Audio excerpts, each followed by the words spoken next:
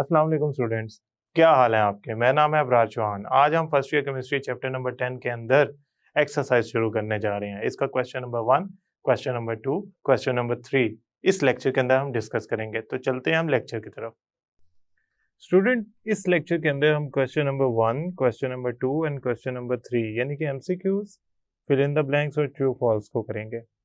सबसे पहले हम चलते हैं अपने एमसीक्यू नंबर 1 पे।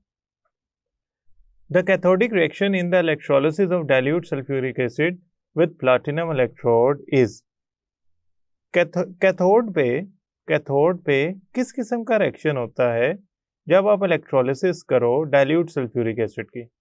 स्टूडेंट, एक बात जो हमें गौर से समझ लेनी चाहिए कि इलेक्ट्रोलिसिस का जो प्रोसेस है उसमें आप अगर प्लाटिनियम के इलेक्ट्रोड इस्तेमाल करते हैं, से ये दो प्लाटिनम के इलेक्ट्रोड हैं जो हम यूज़ करने जा रहे हैं फॉर इलेक्ट्रोलिसिस, और इनको मैंने कनेक्ट किया हुआ है एक्सटर्नल सोर्स डीसी वोल्टेज से। ठीक हो गया। जो ये वाला टर्मिनल है it actually is positive and this terminal is negative. ये एनोड कहलाएगा पॉजिटिव टर्मिनल, क्योंकि ये एक इलेक्ट्रोलाइटिक सेल है, ये गल्वानिक सेल नहीं है। और जो दूसरे वाला नेगेटिव है वो वाला कैथोड कहलाएगा, क्योंकि ये एक इलेक्ट्रोलाइटिक सेल है, गल्वानिक सेल नहीं है। इसके अंदर हमने डाइल्यूट सल्फ्यूरिक एसिड फिल किया हुआ है, और जब करंट पास करते हैं तो दोनों जो आपके इलेक्ट्रोड्स हैं उन पे बबल्स बनते हैं। Now we need to know कि ये जो रिएक्शन होता है दोनों इलेक्ट्रोड्स पे वो किस किस्म का होता है। देखें, कैथोड पे पहले हम जरा एक दफा गौर कर लेते हैं। कैथोड पे कौन सा रिएक्शन होता है? जब डाइल्यूट सल्फ्यूरिक एसिड को डिसॉल्व किया जाता है वाटर के अंदर तो सल्फ्यूरिक एसिड के आयंस प्रोड्यूस होते हैं और वाटर के आयंस प्रोड्यूस होते हैं। क्योंकि ये एक डाइल्यूट सोल्यूशन है, लिहाजा जो वाटर के आयंस हैं यानी कि हाइड्रोजन आयन और जो हाइड्रोक्सिल आयंस हैं वो दोनों जाएंगे एनोड और कैथोड की तरफ डिपॉजिट होंगे, जिसमें हाइड्रोजन आयन में डेफिनेटली सल्फ्यूरिक एसिड के भी आयंस मौजूद होंगे जो उसने आयोनाइज होकर प्रोड्यूस किए हैं। Somehow there are two kinds of ion, hydrogen ion produced by sulfuric acid, hydrogen ion produced by water, sulfate ion produced by sulfuric acid, and there must be two hydrogen ions produced by sulfuric acid and hydroxyl ion produced by water. Student, एक बात याद रखिएगा, dilute acids में या dilute solution के अंदर hydroxyl ion जो होता है वो भागकर पहुंच जाता है एनोड पे, और हाइड्रोजन आयंस जो होते हैं वो भागकर पहुंच जाते हैं कैथोड पे। अभी हम कैथोड की बात कर रहे हैं। कैथोड पे ये हाइड्रोजन आयन जाता है, इलेक्ट्रॉन गेन करता है और बनाता है हाइड्रोजन रेडिकल। अगर दो हाइड्रोजन आयन जाएंगे तो दो इलेक्ट्रॉन गेन करेंगे और H2 गैस बनाएंगे। स्टूडेंट, ये जो H2 गैस है ये तब बनी है जब ये इलेक्ट्रॉन गेन हो रहे हैं, तो इलेक्ट्रॉन का गेन जो होता है ना वो रिडक्शन कहलाता है। सो टेक्निकली कैथोड पे रिडक्शन हो रही है, डेफिनेटली एनोड पे फिर ऑक्सीडेशन होगी, क्योंकि कैथोड पे जो रिएक्शन होता है कैथोडिक रिएक्शन ये उसके ऑपोजिट रिएक्शन होता है एनोड के ऊपर। कैथोड पे चूंकि इलेक्ट्रॉन गेन कर रहा है हाइड्रोजन आयन, लिहाजा हम कहेंगे कि कैथोड पे रिडक्शन हो रही है। So we will mark a reduction as a result of this MCQ. Now second MCQ, which of the following statement is not correct about galvanic cell? Galvanic cell के बारे में कौन सी स्टेटमेंट जो है वो आपकी करेक्ट नहीं है? Now this we need to know कि गैल्वानिक सेल होता क्या। गैल्वानिक सेल एक ऐसा सेल होता है जो कि केमिकल एनर्जी को इलेक्ट्रिकल एनर्जी में कन्वर्ट करता है। इसमें spontaneous chemical reaction electrons produce करता है जो कि इलेक्ट्रिसिटी का फ्लो का बायस बनते हैं। इसमें एनोड इज नेगेटिवली चार्ज, ये स्टेटमेंट करेक्ट है, क्योंकि होता यूं है कि अगर मैं बनाने की कोशिश करूं गैल्वानिक सेल तो उसमें जो एनोड होता है, एनोड और जो कैथोड होता है, इनमें मैं ऐसा करता हूँ दरमियान में एक पोरस सेपरेशन बना देता हूँ, या इसमें मैं सॉल्ट ब्रिज भी लगा सकता हूँ। ये एक फर्स्ट हाफ सेल है, ये एक दूसरा हाफ सेल है, और इन दोनों को मैंने कनेक्ट किया हुआ है एक्सटर्नली थ्रू एनी बल्ब और वोल्ट मीटर और एनीथिंग। अब ये जो आपका लेफ्ट साइड पे सोल्यूशन है this is something like zinc का सोल्यूशन, और जो राइट साइड पे आपका सोल्यूशन है that is maybe copper solution, copper sulphate solution. ये जिंक का सोल्यूशन है और ये कॉपर का है। इलेक्ट्रॉन जिंक से होते हुए कॉपर की तरफ जाते हैं। ये वाला जो इलेक्ट्रोड है ये एनोड कहलाएगा, इस पे नेगेटिव चार्ज होगा, और जो आपका ये वाला इलेक्ट्रोड है ये कैथोड कहलाएगा, इस पे पॉजिटिव चार्ज होगा क्योंकि इलेक्ट्रॉन का फ्लो इस तरफ है। ओके, ये तो करेक्ट है statement, anode is negatively charge, ये तो करेक्ट है। अच्छा, हमने ढूंढनी है जो करेक्ट नहीं है। Reduction occurs at anode, reduction anode पे होती है। देखें, रिडक्शन का मतलब क्या होता है? रिडक्शन का मतलब होता है इलेक्ट्रॉन का गेन। एनोड पे इलेक्ट्रॉन का गेन नहीं हो रहा होता है, एनोड पे इलेक्ट्रॉन लूज हो रहे होते हैं, यानी कि जिंक जो है ना वो इलेक्ट्रॉन लूज करके जिंक आयंस में चेंज हो रहा होता है। किस पे? एनोड पे। और ये इलेक्ट्रॉन ही तो एनोड पे नेगेटिव चार्ज की वजह है। तो जिसकी वजह से मैं ये कहूंगा कि रिडक्शन नहीं हो रही होती, ऑक्सीडेशन हो रही होती है। सो हमारा जो आंसर करेक्ट होगा वो होगा रिडक्शन अकर्स एट एनोड। ये इनकरेक्ट स्टेटमेंट है about galvanic cell. Now stronger the oxidizing agent greater is the. अच्छा, ऑक्सीडाइजिंग एजेंट क्या होता है हमें पहले ये पता होना चाहिए कि ऑक्सीडाइजिंग एजेंट कहते किसे हैं। Oxidizing agent is a species which actually oxidizes other, दूसरे को वो ऑक्सीडाइज करती है, एंड रिड्यूसेस इटसेल्फ, और खुद को वो रिड्यूस कर लेती है। इसका आसान लफ्जों में मतलब बताता हूं मैं। इलेक्ट्रॉन गेन करती है, ऐसी स्पीशीज ऑक्सीडाइजिंग एजेंट कहलाती है। इलेक्ट्रॉन गेन कौन करता है? जो हाइड्रोजन से नीचे होते थे रिडक्शन पोटेंशियल की वैल्यू में, यानी कि जिनका रिडक्शन पोटेंशियल ज्यादा होता था, जैसे कि कॉपर हो गया, गोल्ड हो गया, सिल्वर हो गया, मरकरी हो गया, ये सारे हेलोजेंस हो गए, आयोडीन, क्लोरीन और फ्लोरीन वगैरह, ये सारे हाई ऑक्सीडेशन पोटेंशियल रखते थे। डेट्स वाई वो दूसरों से इलेक्ट्रॉन छीनना जानते थे, देना नहीं जानते थे। तो लिहाजा मैं ये कहूंगा कि ऑक्सीडाइजिंग एजेंट अच्छे वो होते हैं जिनका रिडक्शन पोटेंशियल जो होता है वो ज्यादा होता है। लिहाजा हमारा जो आंसर होगा that would be B. Now students, if salt bridge is not use between two half cell then the voltage. अच्छा, वोल्टेज को क्या होगा? वोल्टेज तब तक बरकरार रहती है जब दो हाफ सेल्स में करंट का फ्लो होता रहता है। यानी कि आपका ये से एक एनोड है और ये कनेक्टेड है विद एनी वोल्ट मीटर, और ये आपका से कोई भी कैथोड है।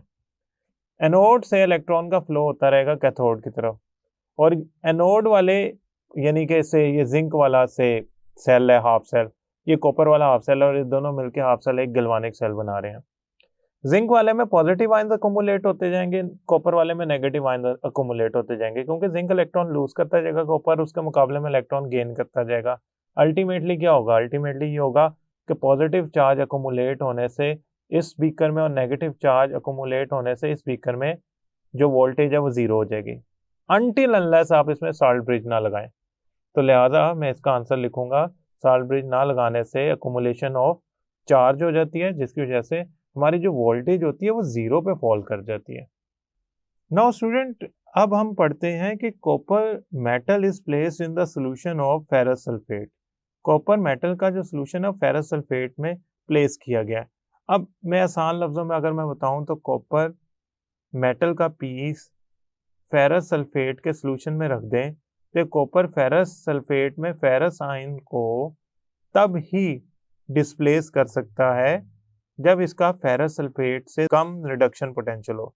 यानी कि ये कॉपर आयंस में तब कन्वर्ट हो सकता है और आयरन मेटल पार्टिकल्स में तब कन्वर्ट हो सकता है, यानी कि कॉपर आयरन को तब डिस्प्लेस कर सकता है जब तक कॉपर का रिडक्शन पोटेंशियल आयरन +2 से वाले आयन से कम ना हो।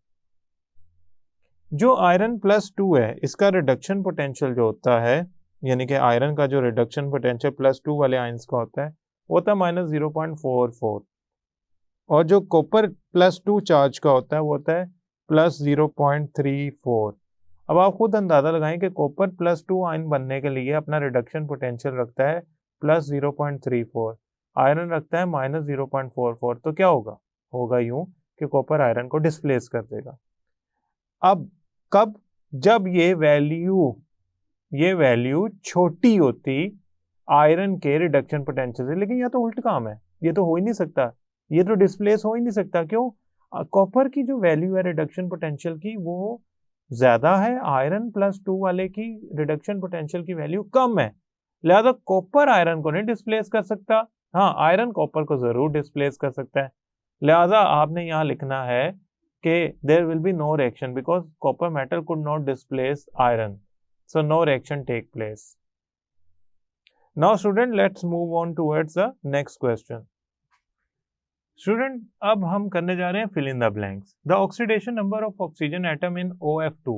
नाउ जैसे ही आपने OF2 का नाम सुना ना, आपके जहन में एक बात आई कि आज तक तो हम ऑक्सीजन को जिन एटम से जोड़ते आए हैं वो सारे ऑक्सीजन से कम इलेक्ट्रोनेगेटिव हैं। For example HOCl oxygen chlorine से जुड़ी हुई है, ऑक्सीजन हाइड्रोजन से अटैच है। सोडियम ऑक्साइड ऑक्सीजन सोडियम से अटैच। जितने भी मैं आज तक बात करते आया हूँ ऑक्सीजन के एटम्स की, जिन दूसरे एटम से अटैच हैं, वो सारे के सारे उससे कम इलेक्ट्रोनेगेटिव हैं। लेकिन इस दफा हमारे पास जो एटम की बात आई है वो फ्लोरीन है। Fluorine is one of the element, बल्कि it is the only element which has the highest electronegativity.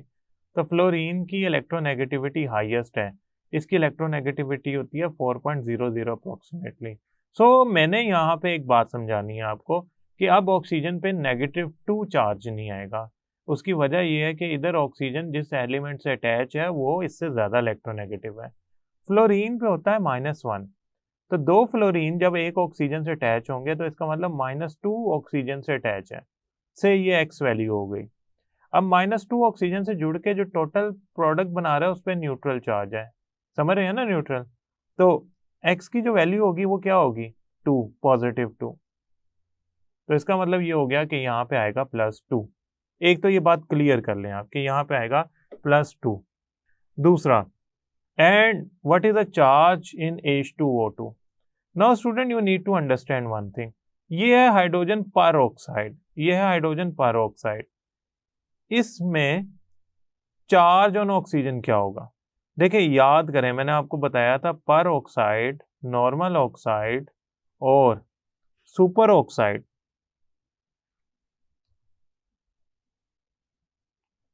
ये 3 डिफरेंट किस्म के हमारे पास कंपाउंड्स होते हैं ऑक्सीजन के। नॉर्मल ऑक्साइड के अंदर उस पर चार्ज होता है -2 और 99% चांसेस हैं हम इसी तरह के प्रोडक्ट से डील कर रहे हो। पर ऑक्साइड पे जो चार्ज होता है -1 होता है। सुपर ऑक्साइड पे चार्ज होता है -1/2 होता है। सो अपेरेंटली हमारे पास जो पर ऑक्साइड है वो तो -1 है, और यकीनन ये -1 ही चार्ज होता है इस पे। क्यों? वैसे भी हम इसका अंदाजा लगा सकते हैं, आप गौर करें। हाइड्रोजन +1 होता है, कितने हाइड्रोजन है? 2। मुझे नहीं पता ऑक्सीजन पे कितना चार्ज है, तो मैं ऐसा करता हूँ यहाँ पे 2x = 0 लिख देता हूँ, क्योंकि ये ओवरऑल कंपाउंड न्यूट्रल है। यहाँ से जब मैं x की वैल्यू कैलकुलेट करूंगा तो -1 आएगी। ये आपका होमवर्क है, या आपने कैलकुलेट करना सीखनी है कि किस तरह H2O2 में -1 आती है। मैंने आपको ट्रिक बता दी है कि आपके पर ऑक्साइड से जब भी वास्ता पड़े तो आपने वहां आंखें बंद करके -1 ऑक्सीडेशन नंबर लगा देना है। Now let's move on toward the next fill in the blank. Conductivity of metallic conductor is due to the flow of. अच्छा, मेटल्स में कंडक्टिविटी किस तरह होती है? आपको याद होगा कि हमारे पास मेटल्स में जो कंडक्टिविटी थी वो होती थी ड्यू टू फ्री और मोबाइल इलेक्ट्रॉन्स। यानी कि फ्री इलेक्ट्रॉन्स, ये मेटल का एक पीस है, आपने यहाँ पे पोटेंशियल अप्लाई किया, यहाँ पे पोटेंशियल अप्लाई किया, यहाँ इसको आप यूँ समझ लें आपने इसे बैटरी से अटैच कर दिया with positive and negative terminals. ठीक है, जब आपने पोटेंशियल डिफरेंस अप्लाई किया तो करंट फ्लो करना शुरू कर दिया मेटल के अंदर से। ये मेटल के अंदर जो करंट का फ्लो है ना, वो फ्री इलेक्ट्रॉन या मोबाइल इलेक्ट्रॉन्स की वजह से है। सो यहाँ पे मेरे लिए एक बात कंफर्म हो गई कि मेटल्स में कंडक्टिविटी की वजह फ्री या मोबाइल इलेक्ट्रॉन्स है। तो यहाँ मैं लिखूंगा फ्री इलेक्ट्रॉन्स, आप मोबाइल इलेक्ट्रॉन्स भी लिख सकते हैं। दूसरा, इलेक्ट्रोलाइट्स में कंडक्टिविटी जो होती है वो किसकी वजह से होती है? अब याद करें, इलेक्ट्रोलाइट्स में मैंने आपको बताया था कि कोई इलेक्ट्रोलाइट तब इलेक्ट्रोलाइट कहलाएगा जब वो आयंस में कन्वर्ट होगा और उसमें से करंट पास कर सकेगा। और करंट इलेक्ट्रोलाइट में से जब पास करता है तो due to the ions availability करता है। जितने आयंस ज़्यादा होंगे उतना ज़्यादा उसमें से करंट पास करेगा। तो इलेक्ट्रोलाइट में जो फॉर्मेशन ऑफ आयंस है ना, वो एक्चुअली क्या करती है, करंट के फ्लो में मददगार साबित होती है। फॉर एग्जाम्पल, सोडियम क्लोराइड को आप वाटर में डिजोल्व करें तो सोडियम आयन और क्लोराइड आयंस बन जाते हैं। ये वो आयंस हैं जो करंट अप्लाई करने पे ऑपोजिट डायरेक्शन में मूव करते हैं, जिससे करंट फ्लो करता है। क्योंकि करंट का मतलब ही चार्जेस का फ्लो है, तो लिहाजा ये चार्जेस मूव करना शुरू कर देते हैं और करंट फ्लो करना शुरू कर देते हैं। सो इलेक्ट्रोलाइट्स के अंदर जो करंट का फ्लो है that is due to the flow of ions, जबकि मेटल के अंदर जो आयंस का फ्लो है आप उसे आयंस का फ्लो नहीं कहेंगे, आप उसे कहेंगे फ्री इलेक्ट्रॉन या मोबाइल इलेक्ट्रॉन्स का flow. So Let's move on towards the third fill in the blank.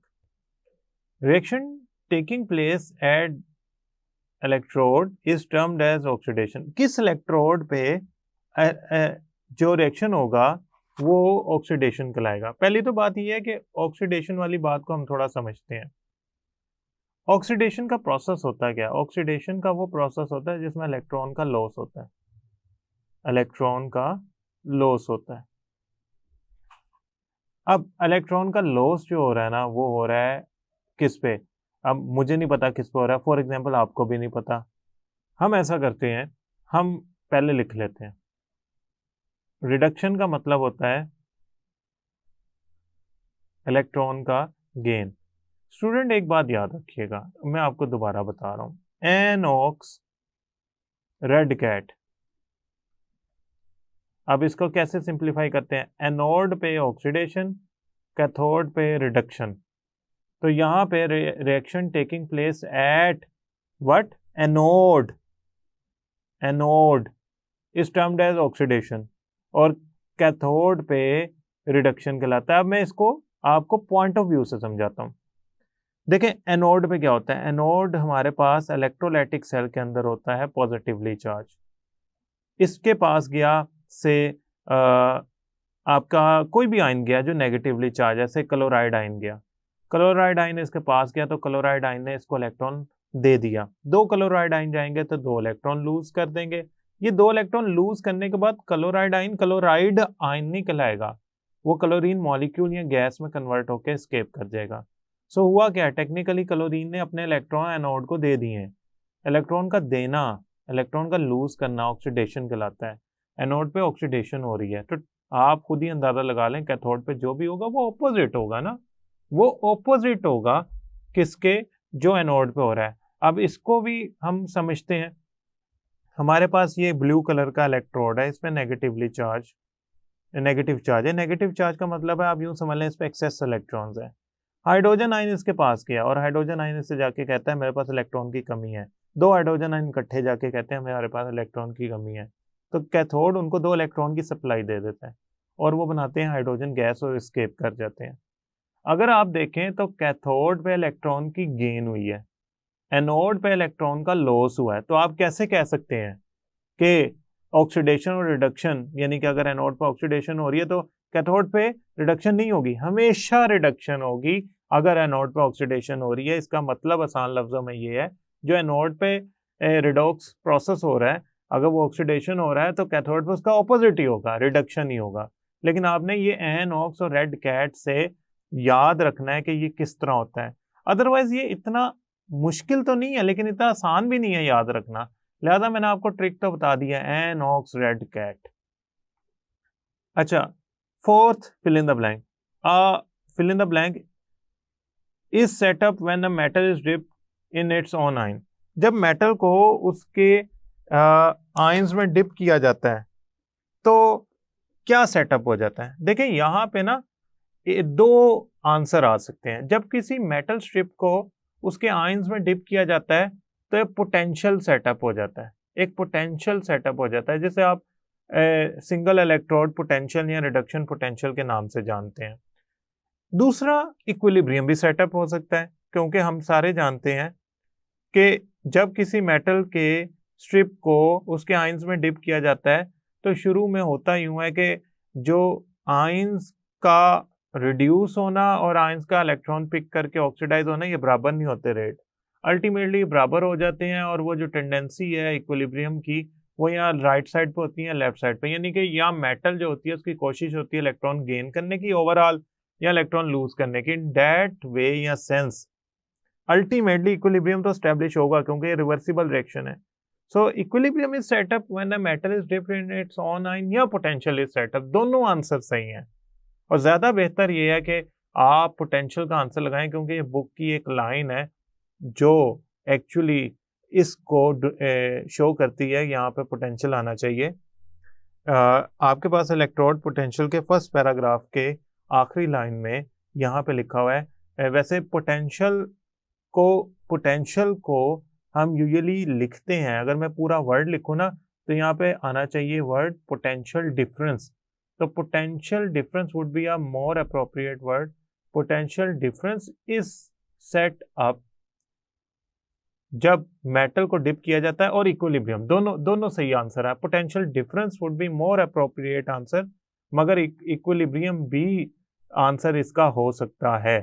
तो लिहाजा मेरी कोशिश ये होगी कि मैं आपको दोनों आंसर बता दूं। इन केस बोर्ड में ये एमसीक्यू के तौर पे बन के आ जाता है तो बोर्ड वाले इसमें दोनों ऑप्शन देंगे, क्योंकि ये दोनों आंसर बनते हैं। जब एग्जामिनर बोर्ड का पेपर डेवलप करते हैं तो वो चूंकि हाईली एक्सपीरियंस्ड हैं, उनको इन चीज़ों का बहुत बेहतर आइडिया होता है, लिहाजा वो ऐसी ऑप्शंस देते हैं जो 100% करेक्ट हों। लिहाजा वहाँ पे ये दोनों ऑप्शन आने के चांसेस हैं। अदरवाइज इक्विलिब्रियम की ऑप्शन ही नहीं होगी, या पोटेंशियल डिफरेंस की होगी या इक्विलिब्रियम की, या ये दोनों ऑप्शन होंगी।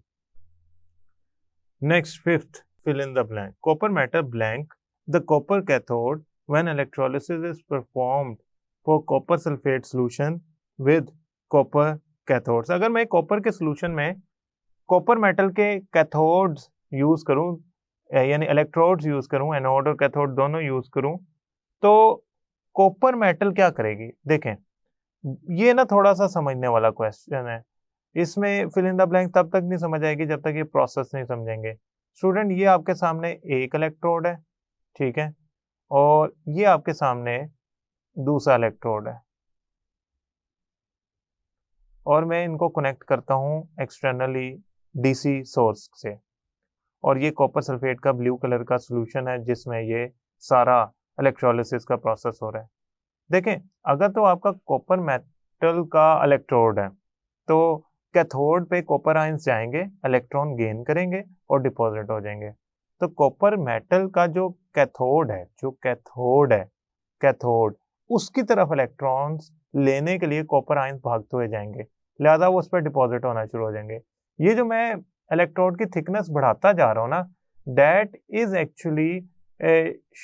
एक्चुअली शोज के आपके इलेक्ट्रॉन्स जो हैं वो पिकअप करके यहाँ पे कॉपर मेटल जो है ना वो डिपॉजिट होती जा रही है, जिससे कॉपर की यहाँ पे डेंसिटी या इलेक्ट्रोड की थिकनेस या हैवीनेस बढ़ती जा रही है, और जो दूसरा इलेक्ट्रोड है आपका वो कमजोर होता जाएगा। उसकी वजह क्या है? वहां से कॉपर के जो आयंस हैं, कॉपर के जो मेटल एटम्स हैं, वो आयंस की फॉर्म में सोल्यूशन में जाते जाएंगे और यहाँ सोल्यूशन से कैथोड पे डिपॉजिट होते जाएंगे। सो कॉपर मेटल डिपॉजिट होती है। कब डिपॉजिट होती है? जब कॉपर के इलेक्ट्रोड्स यूज किए जाते हैं। The reduction potential of zinc is how much volts? देखें, रिडक्शन पोटेंशियल ऑफ जिंक जो है ना, ये रिडक्शन पोटेंशियल है। आप याद होगा जब हमने शी के साथ, स्टैंडर्ड हाइड्रोजन इलेक्ट्रोड के साथ जिंक को अटैच किया था, तो जिंक जो था वो रीडिंग शो करता था पॉजिटिव 0.76, और ये उसका ऑक्सीडेशन पोटेंशियल कहलाता था। क्यों? क्योंकि जिंक ऑक्सीडाइज होता था उस टाइम, तो उसका ऑक्सीडेशन पोटेंशियल 0.76 है। ये तो मैंने पढ़ के लगा दिया। रिडक्शन पोटेंशियल क्या होता है? जो ऑक्सीडेशन पोटेंशियल होता है उसकी नेगेटिव वैल्यू को रिडक्शन पोटेंशियल कहते हैं। ये होगा 0.76 माइनस में, नेगेटिव चार्ज में। बट याद रखिएगा, जिंक शी के साथ अटैच किया जाए स्टैंडर्ड हाइड्रोजन इलेक्ट्रोड के साथ तो वो ऑक्सीडाइज होता है, वो रिडक्शन पोटेंशियल की वैल्यू नहीं शो करता, वो ऑक्सीडेशन पोटेंशियल की वैल्यू शो करता है। Now in fuel cell, last आपका, उससे पहले हम ये नीचे वाली जो सारी वैल्यूज हैं इसको मिटा देते हैं। In a fuel cell blank react together in the presence of, अच्छा जो हमने फ्यूल सेल पढ़ा ना, हम सिर्फ उसकी बात करेंगे। हमारे फ्यूल सेल में हाइड्रोजन और ऑक्सीजन, ये इसमें हाइड्रोजन एज अ फ्यूल है और इसका ऑक्सीडेंट जो है वो ऑक्सीजन है। ये दोनों आपस में रिएक्ट करते हैं, ऑक्सीडेशन का प्रोसेस करती है ऑक्सीजन, तो ये ऑक्सीडेंट कहलाएगी। ये करती है इन द प्रेजेंस ऑफ प्लाटिनियम, तो यहाँ पे मैं Pt लिख दूंगा, यहाँ पे हाइड्रोजन और ऑक्सीजन लिख दूंगा। लेकिन मैं आज सिर्फ आपकी इंफॉर्मेशन के लिए बता रहा हूँ कि जरूरी नहीं है कि फ्यूल हाइड्रोजन ही हो, वो मीथेन भी हो सकता है, हाइड्रोजीन भी हो सकता है। इट डिपेंड्स अपॉन कि हम किससे डील कर रहे हैं, किस किस्म के फ्यूल सेल से डील कर रहे हैं। So there is a possibility इस ब्लैंक में हाइड्रोजन के अलावा और भी आ जाए, लेकिन फिर कैटलिस्ट हमें चेंज करना पड़ेगा। According to the required substance हमें कैटलिस्ट ऐड करना पड़ेगा, but for a time being it should be hydrogen and oxygen in the presence of platinum. Now student, let's move on towards question number 3, which is actually true and false. Okay students, now let's start with the first statement of this true and false. Question number 3, in electrolytic conduction electrons flow through electrolytes. पहली बात तो ये है कि electrolytic conduction में electrolyte का जब भी नाम याद आया ना मेरे जहन में, तो मुझे पता लगा कि इलेक्ट्रॉन्स तो उसमें फ्लो ही नहीं करते. इलेक्ट्रोलाइटिक कंडक्शन के अंदर आयंस फ्लो करते हैं, और ये हमने इससे पहले क्वेश्चन नंबर 2 के अंदर एक फिल इन द ब्लैंक्स भी सॉल्व की थी कि हमारे पास इलेक्ट्रोलाइटिक कंडक्शन जो होती है ना वो आयंस के फ्लो की वजह से होती है. जैसे कि सोडियम आयन और क्लोराइड आयन वो सोल्यूशन में फ्लो करेंगे जब करंट पास किया जाएगा. लेकिन आप इलेक्ट्रिसिटी मेटल्स के अंदर जो फ्लो करती है वो फ्री इलेक्ट्रॉन्स की वजह से होती है. लिहाजा यहाँ फ्री इलेक्ट्रॉन्स तो नहीं आना चाहिए, यहाँ आयंस आना चाहिए. So it is a false statement. ये एक फॉल्स स्टेटमेंट है, ये गलत है. Next, in the process of electrolysis the electrons in external circuit flow from cathode to anode. That is actually incorrect. देखें, अगर आप एनोड की बात करते हैं ना, एनोड पे इलेक्ट्रॉन्स जो होते हैं ना वो ऐसा नहीं है कि कैथोड से आ रहे होते हैं, उधर आयन आके डिपॉजिट हो रहे होते हैं. से क्लोराइड आयन जाके एनोड पे डिपॉजिट होने की कोशिश करता है बाय लूजिंग इट्स इलेक्ट्रॉन. तो 2 क्लोराइड आयन 2 क्लोरीन रेडिकल्स बनाएंगे या क्लोरीन गैस बनाएंगे और 2 इलेक्ट्रॉन लूज करेंगे. सो it is gaining electron from the solution of ions. So technically ये कैथोड से नहीं ले रहा, आयन से ले रहा है. सो इट इज इनकरेक्ट स्टेटमेंट. ये तो वैसे ही इनकरेक्ट हो गई. तो इसके यहाँ पे मैं लिखूंगा this is false statement, this should not be true. Sugar is a non-electrolyte in solid form, but when it dissolved in water, water will allow the passage of electric current. This is very false statement. The reason is simple. Sugar is mainly composed of sucrose. For example, sugar के आप समझ लें molecule है. अगर मैं chemical value पे ना जाऊँ उसकी, तो ये शुगर का एक मॉलिक्यूल है. ये शुगर का मॉलिक्यूल जब वाटर में डिसॉल्व होता है तो वाटर इसके साथ हाइड्रोजन बॉन्डिंग डेवलप करता है. Water develops hydrogen bonding with this molecule.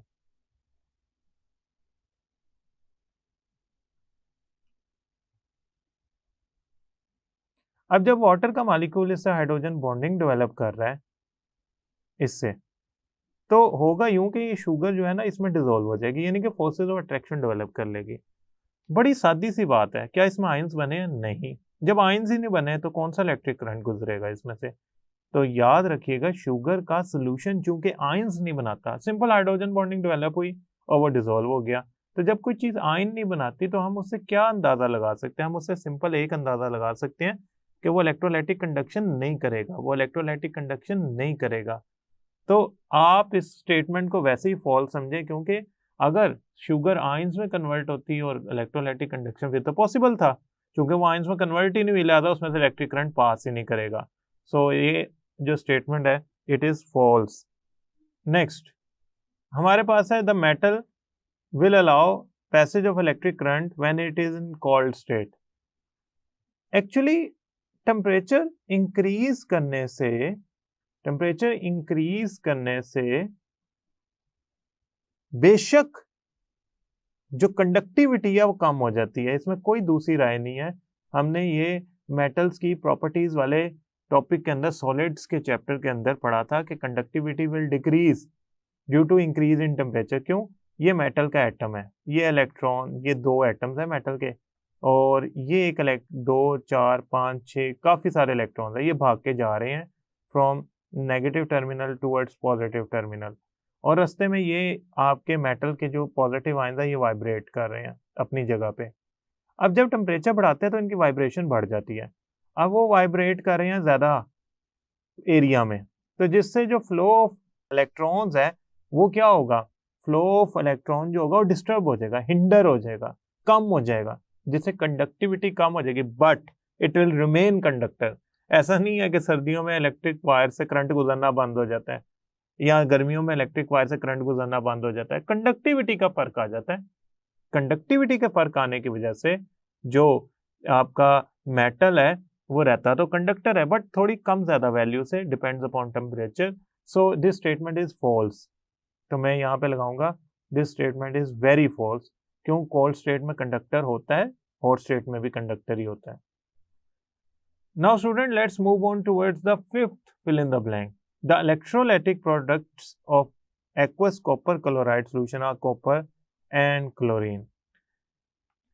Actually this is true।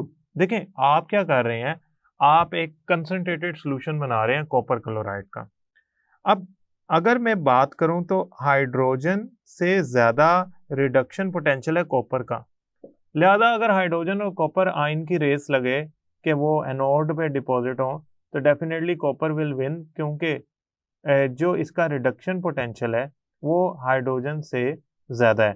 तो ये क्या करेगा, हाइड्रोजन के मुकाबले में पहले डिपॉजिट होगा कॉपर, तो कॉपर जाके डिपॉजिट होना शुरू हो जाएगा। ठीक है, एक बात तो ये है। दूसरी बात, क्लोरीन आयंस यानी कि क्लोराइड आयंस कंसंट्रेटेड सॉल्यूशन में क्या करते हैं, हाइड्रोक्सिल आयन को पीछे छोड़ जाते हैं और खुद डिपॉजिट होते हैं।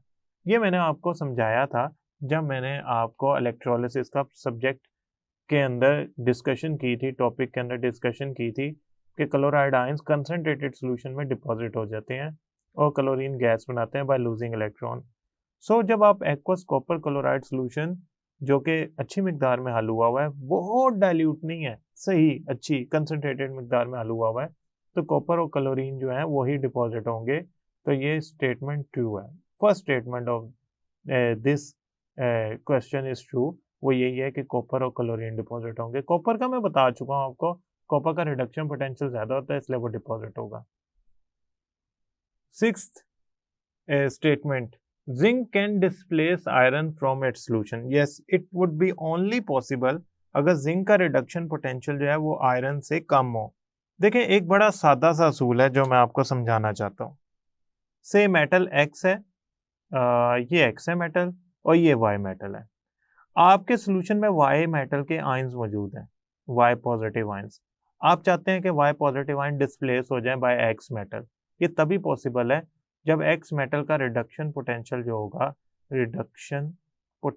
होगा वो लेस होगा। स्टूडेंट्स, जब ये लेस वैल्यू का होगा तो ये क्या करेगा, वाई को डिस्प्लेस कर सकता है। So this displacement is possible only and if, अगर आपका रिडक्शन पोटेंशियल जो होगा वो x का लेस होगा y से। तो क्या करेगा, x y को कहेगा कि मैं तेरे से ज्यादा रिएक्टिव हूँ, so x will get ion और charge and y will get displaced. So ये एक बेसिक थीम है। मैं जरा इन दोनों की वैल्यू लिखता हूँ। जिंक का रिडक्शन पोटेंशियल जो होता है वो होता है -0.76 और आयरन का रिडक्शन पोटेंशियल जो होता है वो होता है, आयरन +2 की बात कर रहा हूँ मैं, वो होता है -0.44। इन केस आयरन +3 आयंस होते, आयरन +3 आयंस मौजूद होता है सोल्यूशन में, उसका रिडक्शन पोटेंशियल होता है 0.771। इन बोथ केसेस जिंक का रिडक्शन पोटेंशियल जो है वो कम है आयरन के किसी भी किस्म के आयन से। So iron will get displaced because zinc is more reactive और having a low reduction potential. तो जिंक का चूंकि रिडक्शन पोटेंशियल कम है लिहाजा वो आयरन को डिस्प्लेस कर देगा, दोनों आयरन को इजीली। सो ये आपका ट्रू है statement. Okay student, now let's move on towards the seventh fill in the blank. She act as cathode when connected with copper electrode. She जो होती है उसको अगर हम कॉपर इलेक्ट्रोड से कनेक्ट करें तो वो किस तरह काम करती है, क्या वो कैथोड बन जाती है, एनोड बन जाती है? देखें गैल्वानिक सेल के अंदर 2 हाफ सेल्स होते हैं और उसमें अगर एक शी और एक कॉपर इलेक्ट्रोड का सेल लगा दिया जाए, यहाँ पे से ये मैं एक सिंपल सी डायग्राम बना के शी बना रहा हूँ, ये प्लाटिनम का इलेक्ट्रोड है और इसमें हाइड्रोजन गैस बबल कराई जा रही है। एक सिंपल सी डायग्राम है, very simple, just need to know कि ये किस तरह काम करेगी। और ये कॉपर का इलेक्ट्रोड है। स्टूडेंट, कॉपर का इलेक्ट्रोड जो होगा वो इलेक्ट्रॉन गेन करेगा, लिहाजा मैं उसे कहूंगा वो कैथोड है, because it is gaining electron positively charge. Hydrogen वाला जो हाफ सेल है that will actually loose electron, तो ये मैं कहूंगा ये एनोड है, इट इज लूजिंग इलेक्ट्रॉन, तो इसमें नेगेटिव चार्ज है, यहाँ इलेक्ट्रॉन जा रहे होंगे और यहाँ से होते हुए कॉपर में जा रहे होंगे। डेफिनेटली इनमें हाफ सेल लगाना पड़ेगा वरना वोल्टेज ड्रॉप कर जाएगी ज़ीरो पे। सो ये मैंने एक पर्पल कलर का हाफ सेल की ट्यूब कनेक्ट की है जिसके अंदर जेल की फॉर्म में हमारा पोटाशियम क्लोराइड वगैरह या पोटाशियम नाइट्रेट का सोल्यूशन है कंसनट्रेटेड। सो जिस एरिया को मैं हाईलाइट कर रहा हूँ ये गेनर एरिया है और जिस एरिया को मैं अंडरलाइन कर रहा हूँ ये लूजर एरिया है। यहाँ से इलेक्ट्रॉन निकल के जा रहे हैं गेनर एरिया पे या कैथोड वाली साइड पे। सो ये एक रॉन्ग स्टेटमेंट है, ये उल्टा लिखा होना चाहिए। So this should be a false statement. Voltaic cell produces electrical energy at the expense of chemical energy. That's very true. क्यों? वोल्टिक सेल में होता यूं है कि एक स्पॉन्टेनियस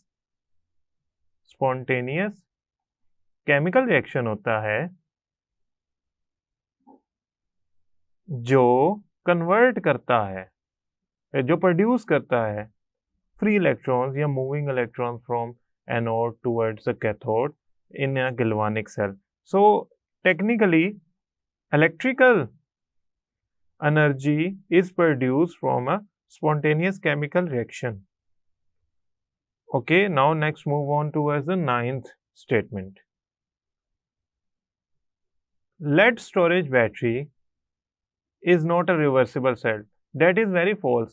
आपको याद होगा मैंने बताया था कि लेड स्टोरेज बैटरी में डिस्चार्जिंग पे डेंसिटी कम हो जाती है जबकि रीचार्जिंग पे जो डेंसिटी ऑफ आयंस है वो दोबारा इंक्रीज कर जाती है, सोल्यूशन की डेंसिटी दोबारा बढ़ जाती है। सो उसमें रिवर्सिबल रिएक्शन हो रहा था तो रीचार्जिंग हो रही थी ना। वैसे भी हमारे यूपीएस के साथ वो बैटरी लगी होती है तो हम सारे जानते हैं कि उसमें रिवर्सिबल रिएक्शन होगा तो वो रीचार्ज होगी। So technically this statement is incorrect. It is a reversible cell, it is a reversible cell. तो lead storage battery is a reversible cell. ये स्टेटमेंट गलत है, ये नोट वाली वैल्यू नहीं आनी चाहिए थी, ये स्टेटमेंट गलत है। Chromium changes is oxidation number when potassium dichromate reacts with HCl। Student एक बात देखें, पोटेशियम डाइक्रोमेट जो होता है जब वो रिएक्शन करता है HCl के साथ तो what it do, it forms potassium chloride, chromium chloride, chlorine and water. अगर आप गौर करें, अगर आप इसमें बेसिकली गौर करें तो यहाँ पे क्रोमियम पे ऑक्सीडेशन नंबर जो होता है वो होता है +6। ये हमने कैलकुलेट करना सीखा था जब हमने एग्जाम्पल नंबर 3 की थी। और यहाँ पे क्रोमियम पे ऑक्सीडेशन नंबर होता है +3। सो जब क्रोमियम का ऑक्सीडेशन नंबर चेंज हो रहा है इट मीन्स इसका रिडॉक्स रिएक्शन हो रहा है। सो इसका ऑक्सीडेशन नंबर चेंज होना इस बात की निशानी है कि ये एक रिडॉक्स रिएक्शन है। लिहाजा पोटेशियम डाइक्रोमेट जब HCl से रिएक्शन करता है तो क्रोमियम का ऑक्सीडेशन नंबर चेंज हो जाता है। तो मैं ये कहूँगा कि क्रोमियम का ऑक्सीडेशन नंबर चेंज होना एक रिडॉक्स रिएक्शन की निशानी है। लिहाजा ये स्टेटमेंट एक ट्रू स्टेटमेंट है।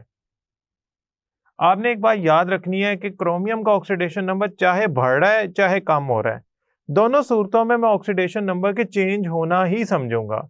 हाँ, ये अलग बात है कि इस स्टेटमेंट के अंदर अगर ये लिखा होता है कि क्रोमियम ऑक्सीडाइज हो रहा है या रिड्यूस हो रहा है then we need to find out कि क्रोमियम की ऑक्सीडेशन हो रही है या रिडक्शन। फॉर एग्जांपल इस इक्वेशन के अंदर क्रोमियम +6 से +3 में जा रहा है, इट मींस ऑक्सीडेशन नंबर कम हो रहा है, लिहाजा इसकी रिडक्शन हो रही है, या इसने इलेक्ट्रॉन गेन किए तो इसकी रिडक्शन हो रही है। सो आप यूं भी लिख सकते हैं chromium reduces when potassium dichromate reacts with HCl। Chromium reduce हो जाती है, क्रोमियम की रिडक्शन हो जाती है जब क्रोमियम का कंपाउंड यानी कि पोटेशियम डाइक्रोमेट HCl से रिएक्ट करता है। आई होप स्टूडेंट ये सारे फिल इन द ब्लैंक्स और ट्रू फॉल्स और MCQs आप समझ गए होंगे। आई होप स्टूडेंट ये लेक्चर आपको समझ आया होगा। नेक्स्ट लेक्चर तक के लिए अल्लाह हाफिज।